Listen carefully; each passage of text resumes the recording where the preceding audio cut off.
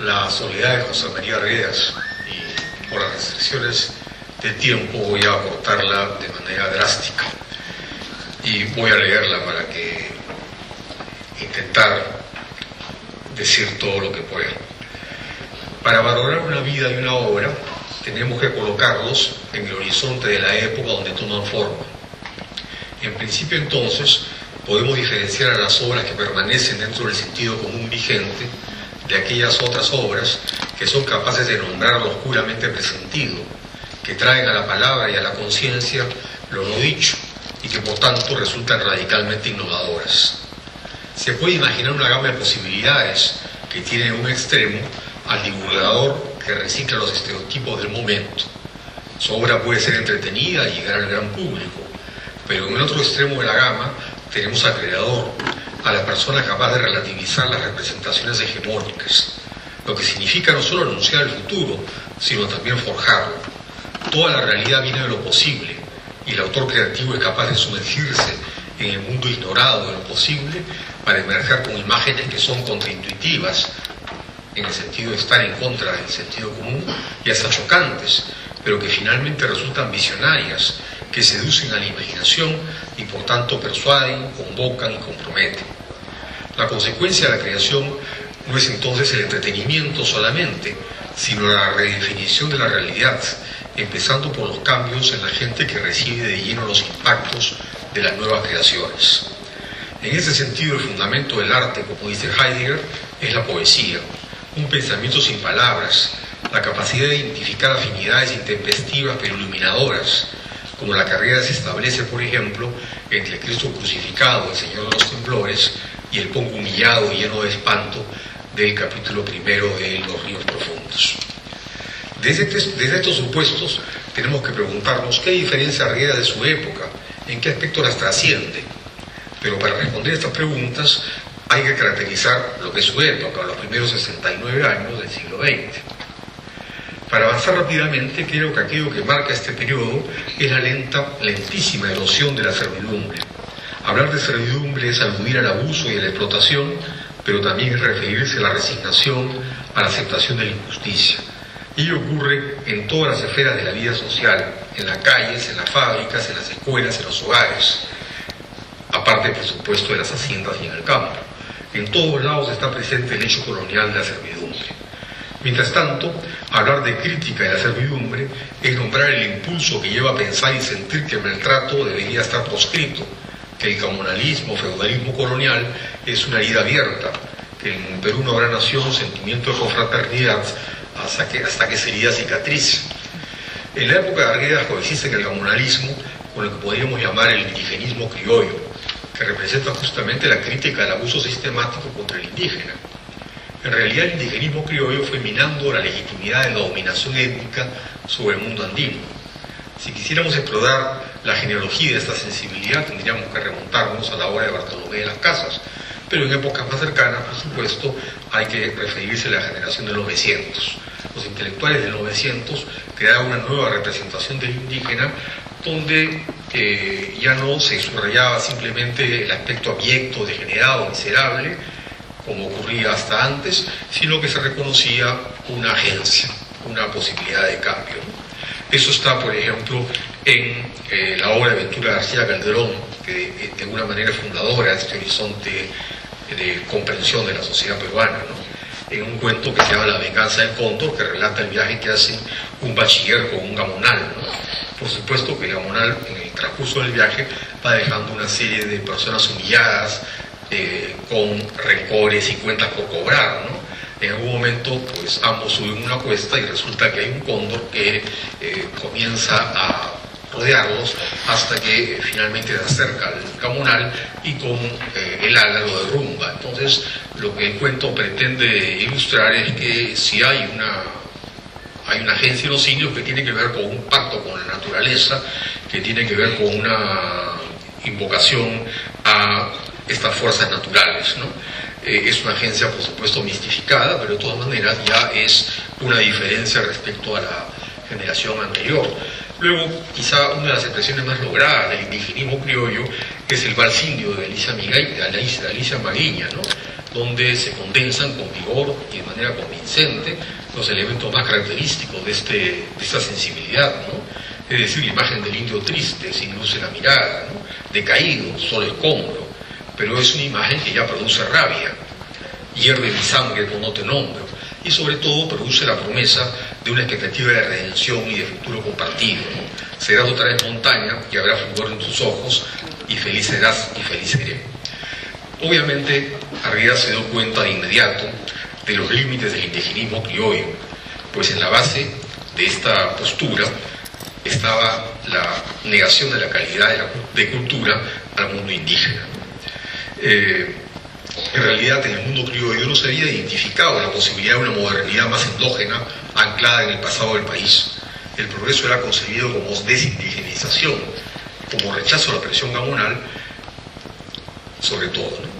Pero antes de reconstruir la ruptura arguediana como el indigenismo criollo, tema por demás trabajado, me parece más interesante analizar la relación entre su pensamiento y lo que puede llamarse el mito revolucionario, que es la base doctrinaria de la nueva izquierda.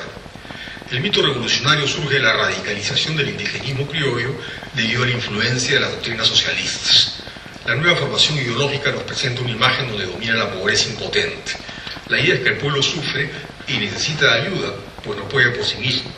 Esta insistencia en la pasividad del pueblo, el tiempo lo demostrará, es engañosa. En realidad, esta idea oculta parcialmente una actitud autoritaria y mesiánica, un deseo de protagonismo de sus creadores. Entonces, los que hacen suyo el mito revolucionario se solidarizan de buena fe con los pobres, quieren ser héroes, pero también quieren mandar y ser reconocidos como salvadores. Hay, pues, muchos sentimientos mezclados tras este universo ideológico. El mito revolucionario, en todo caso, se construye con una percepción catastrófica del futuro. El sistema no tiene un lugar para los pobres, que tampoco tienen capacidades como para agenciarse un futuro. La juventud sensible tendría que propagar esta imagen de un futuro sin porvenir, y los sectores populares la tendrían que ser suya, tomando conciencia de la explotación y la expulsión a la que están sometidos. Entonces se dejarían conducir por la gente que sabe. De esta manera, el mito revolucionario abre un horizonte donde el único camino es el cambio violento. Y la base de este mito es una imagen que podríamos llamar miserabilista de lo popular, ¿no? Hay que decir que, por supuesto, la realidad ha discurrido de una manera totalmente distinta a la que era proyectada en el mito revolucionario. El mundo popular ha emergido, sobre todo a cuenta de sus propios esfuerzos, y más que la política han sido la economía y el mercado, el arte y la religión, los espacios donde ha logrado crecer y transformarse, para bien y para mal. No obstante, Arguedas no logró marcar una distancia clara con el mito de la revolución, tal como sí lo hizo con el indigenismo criollo.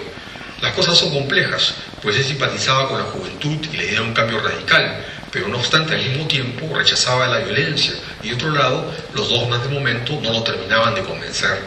Más autoridad le daba, como ha señalado Carmen María Pinilla, a su propia experiencia, y esta le decía que los migrantes andinos tenían una gran capacidad para salir adelante. Entonces, a diferencia del sentido común de la nueva izquierda, Arguedas veía mucho más que pobreza desesperada del mundo popular. Lo fascinaba la esperanza y el esfuerzo, la fe y lograr un mundo mejor. En todo caso, como se ha dicho tantas veces, su apuesta era apostar al cambio y la continuidad. La modernidad no debería ser la continuidad de la imposición colonial, la legítima diferencia dentro de la igualdad era su perspectiva, ¿no? Este horizonte era extraño a la izquierda, que por su ceguera economicista ignoraba la dimensión de la cultura. Entonces se puede comprender la soledad de Arguedas. Habiendo roto con el indigenismo criollo, paternalista y despectivo hacia el andino, tampoco podía identificarse con el mito revolucionario, que seducía a la juventud y que preconizaba una lucha armada y una revolución, ideas a la postre que se han demostrado como fantasías poco constructivas.